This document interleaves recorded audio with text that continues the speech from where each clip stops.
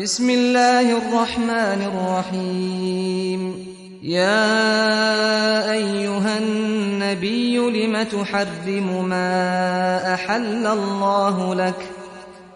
تبتغي مرضات أزواجك والله غفور رحيم قد فرض الله لكم تحلة أيمانكم والله مولاكم وهو العليم الحكيم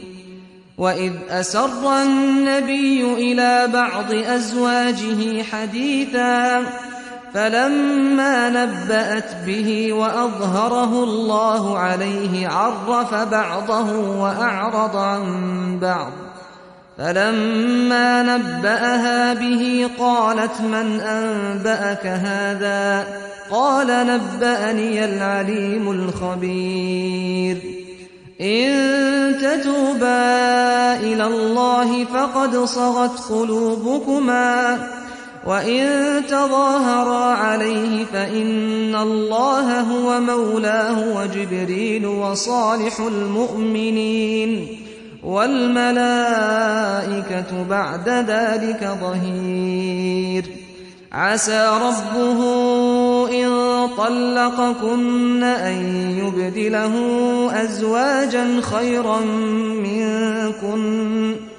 أزواجا خيرا منكن مسلمات مؤمنات قانتات تائبات عابدات سائحات ثيبات وأبكارا يا أيها الذين آمنوا قوا أنفسكم وأهليكم نارا وقودها الناس والحجارة عليها ملائكة غلاظ شداد لا يعصون الله ما أمرهم ويفعلون ما يؤمرون يا أيها الذين كفروا لا تعتذروا اليوم إنما تجزون ما كنتم تعملون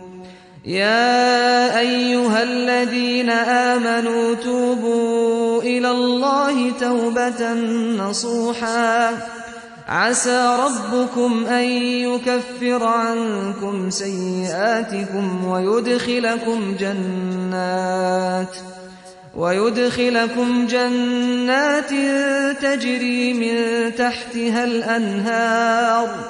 يوم لا يخزي الله النبي والذين آمنوا معه نورهم يسعى بين أيديهم وبأيمانهم يقولون ربنا أتمم لنا نورنا واغفر لنا إنك على كل شيء قدير يا أيها النبي جاهد الكفار والمنافقين واغلظ عليهم ومأواهم جهنم وبئس المصير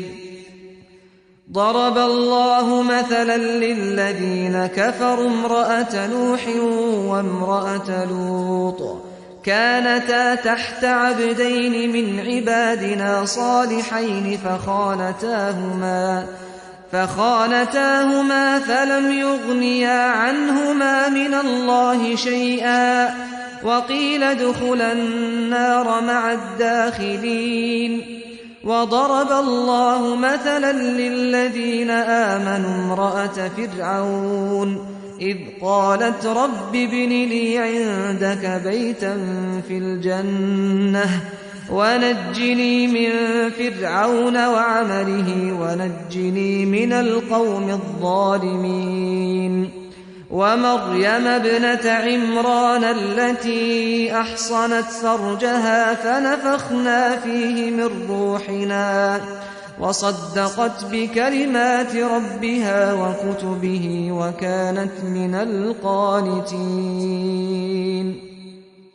بسم الله الرحمن الرحيم يا أيها النبي لم تحرم